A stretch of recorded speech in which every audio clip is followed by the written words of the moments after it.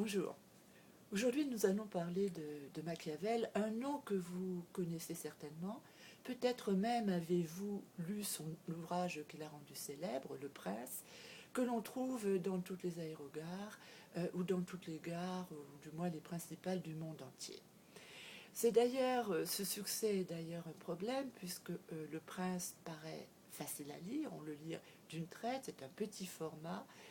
Mais c'est en même temps un faux ami dans la mesure où Machiavel est infiniment plus profond et plus important qu'on ne le pense. Ce n'est pas juste un philosophe qui a eu quelques pensées bien dites à l'emporte-pièce qui choquent, c'est beaucoup plus que ça et je vais essayer de vous le présenter. Je vais vous donner les clés de Machiavel.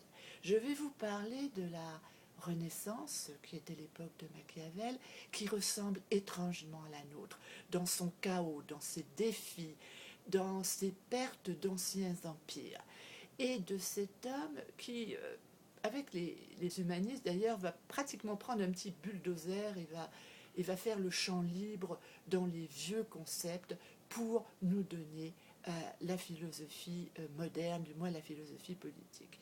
Et pour vous qui travaillez, qui allez être officier ou qui l'êtes déjà, je vais vous dire que Machiavel a aussi été très important puisque c'est lui qui a dit le premier: un État doit avoir son armée et nous ne devons pas nous servir de mercenaires. Révolutionnaire, il l'est, le voici. Bonne lecture.